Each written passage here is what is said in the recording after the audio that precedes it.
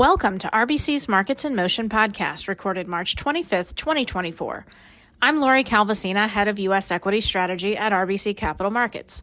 Please listen to the end of this podcast for important disclaimers.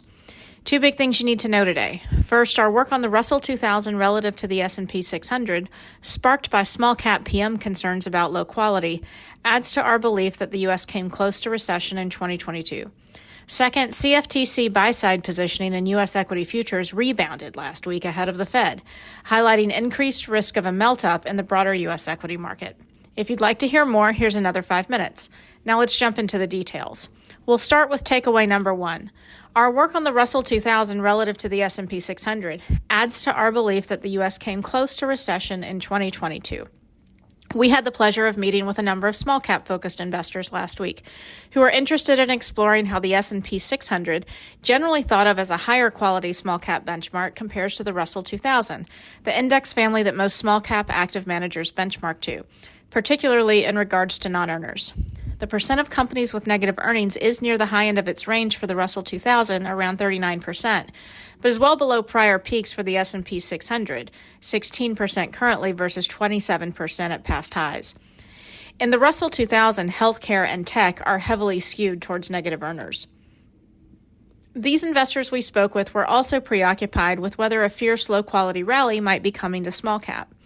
Though actively managed small-cap funds generally use one of the Russell 2000 indices as their benchmark, the S&P 600 tends to better reflect their investable universe, and they tend to underperform when low-quality bursts occur.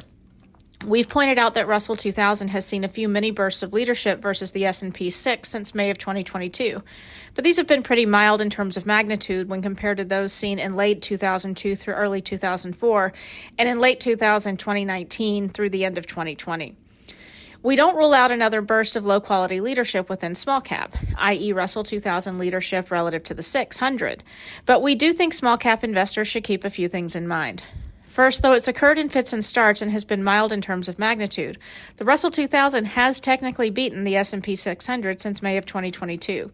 The duration in terms of time is similar to the low-quality trades seen coming off of the post-tech bubble normalization period of 2002 through early 2004 and the immediate pre- and post-COVID time period of late 2019 to late 2020. Second, the S&P 600 has strongly outperformed the Russell 2000 over time, a testament to the longer-term appeal of high quality within small cap.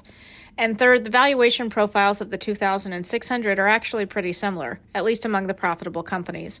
Russell 2000 is a little lower on equal-weighted median PE, but the S&P 600 is a little lower on market cap-weighted PE.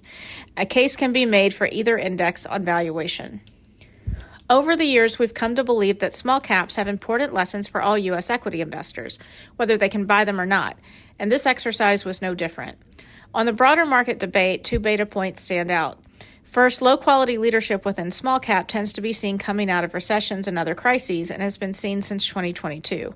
Second, our review of the various PE multiples of the 600 and 2000 highlights how both indices, which are domestically oriented and seen as U.S. economic bellwethers, were in line with typical recessionary lows in 2022. We see both the slight leadership seen in the Russell 2 versus the S&P 600 since mid-2022 and the depths to which small-cap PEs fell in 2022 as two of a number of items on our growing list of data points suggesting the U.S. economy came close to recession in 2022 and that we are simply in the midst of one of the most odd and confusing recoveries in U.S. equity market history. Moving on to takeaway number two. CFTC buy-side positioning in U.S. equity futures rebounded ahead of the Fed. We've been highlighting for some time how U.S. equity market sentiment has looked stretched on a variety of indicators. AAII net bulls, CFTC buy-side positioning in U.S. equity futures, the University of Michigan survey question on the outlook for stock prices, and the Fed flow of funds data on U.S. equities as a percent of financial assets in U.S. households. Last week, we highlighted how aggregate buy-side positioning in U.S. equity futures on CFTC's data had finally started to move lower, driven by declines in S&P 500 and NASDAQ 100 futures contracts. It appears that the short-term pullback we've been looking for in the U.S. equity market might finally be materializing, or so we thought. What we found in Friday's update, which pulls in data from the preceding Tuesday's close, was that buy-side CFTC positioning in U.S. equity futures actually reversed course last week and moved up.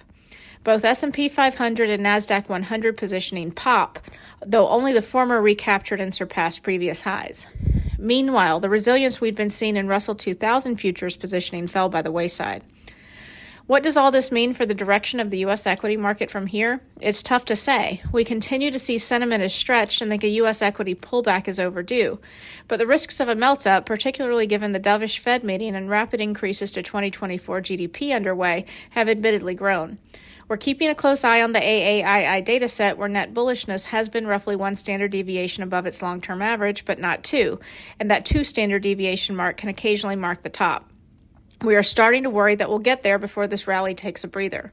While this is good news for the U.S. equity market in the short term, it ends up being bad news over the longer term, as the S&P 500 tends to fall on a 12-month forward basis when that +2 standard deviation threshold is achieved.